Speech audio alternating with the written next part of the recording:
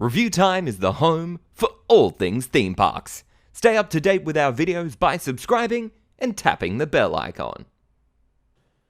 The partnership between Disney and legendary filmmaker George Lucas has brought about some of Disney's most iconic attractions, such as the amazing simulator ride Star Tours, the newly opened incredibly immersive Star Wars Galaxy's Edge, and even the infamous Captain EO film starring Michael Jackson, that captivated guests with its spectacular campiness. Though even before any of these attractions were built, Disney and George Lucas had plans for an addition to Disneyland in California that, if created, would have redefined theme park immersion.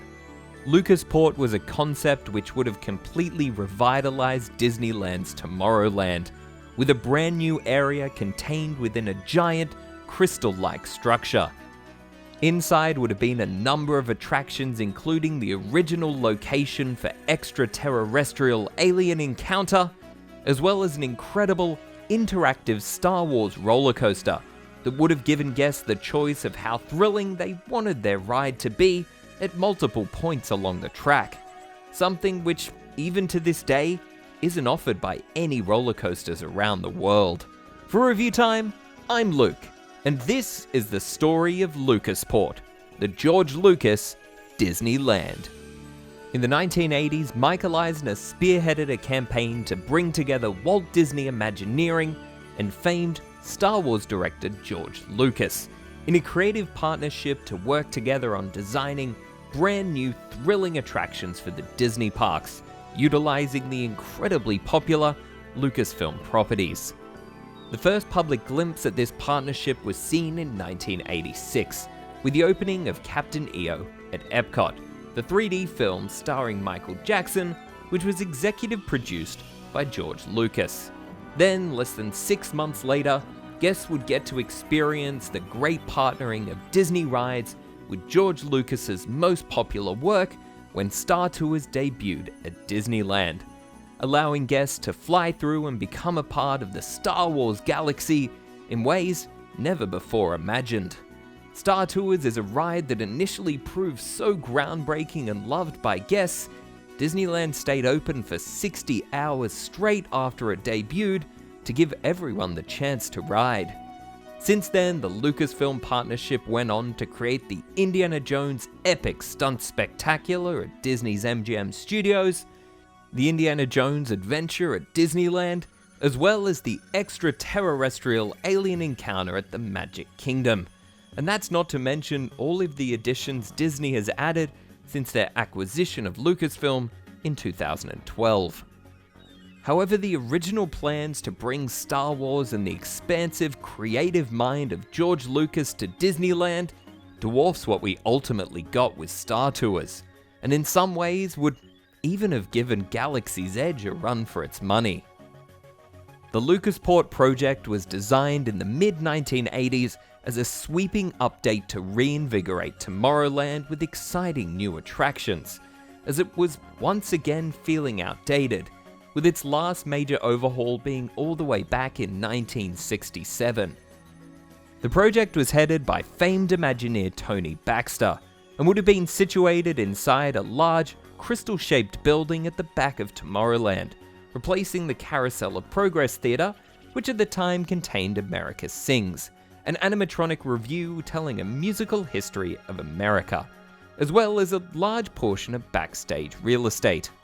The LucasPort crystal-shaped building was reminiscent of the original concept Tony Baxter had designed for the Land Pavilion at Epcot, and I feel he really just wanted this style of an incredible, giant structure somewhere in a Disney park.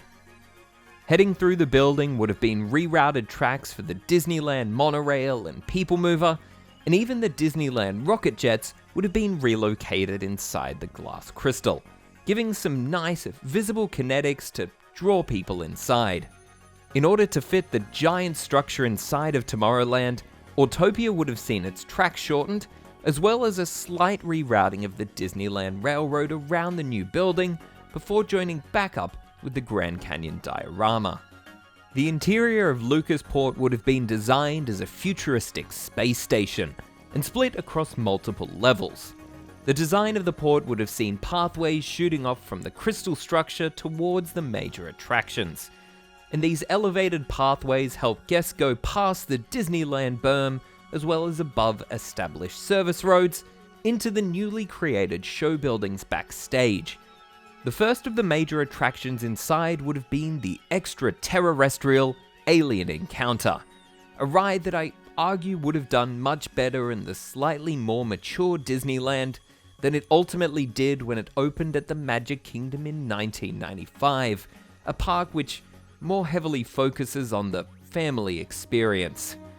Whilst not much is known about how this version of the attraction would have looked, it very well could have been in a completely different form to the one that ultimately opened at Disney World, as they wouldn't have had to fit it in the already existing Mission to Mars space, but could create a brand new custom building for the attraction.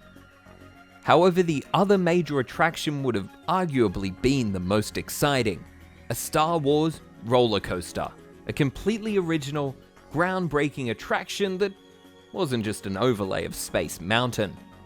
The ride would have begun with a launch from Dagobah, where Yoda and Obi-Wan Kenobi would have levitated your ride vehicle utilizing a lift system before launching you into the rest of the attraction. Throughout the ride, you would have encountered stormtroopers, circled AT-ATs on Hoth, came face to face with Darth Vader and the Emperor, as well as escaped the destruction of the Death Star. The most exciting component of the ride, though, would have been the 3 guest decision points, which would have allowed the train of riders the choice between fighting or fleeing when they came up against classic Star Wars villains. If guests chose to fight, they would have launched into an intense, looping section of track, where the choice to flee would have resulted in a smoother, more family-friendly attraction. This would have allowed the ride to offer a large number of unique Star Wars experiences, an idea that was ultimately expanded on over 20 years later with the creation of Star Tours: The Adventures Continue. Of course, if you visit Disneyland today, you'll find that Star Wars is indeed in the old Carousel of Progress space. However, it's the underwhelming Star Wars launch bay rather than the groundbreaking LucasPort.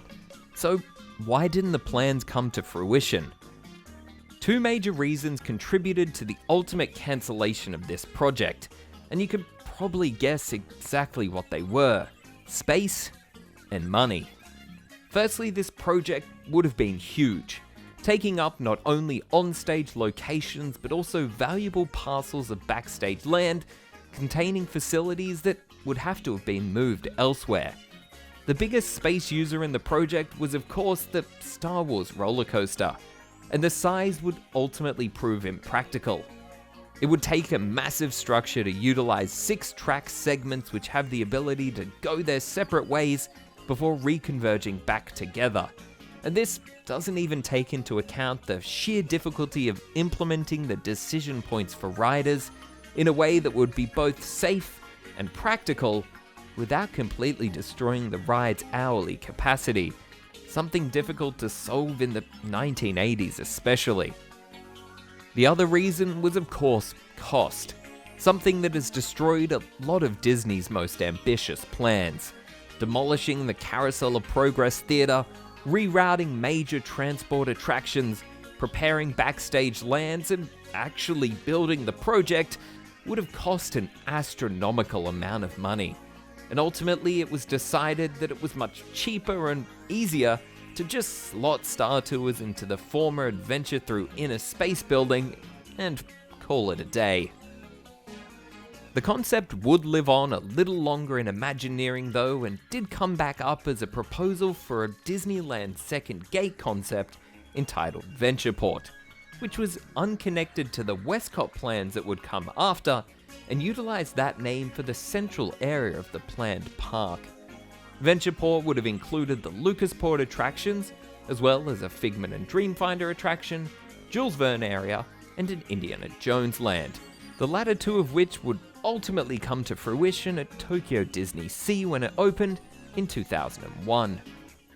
It wouldn't be until 1998 that Disneyland's Tomorrowland would finally get its long overdue update.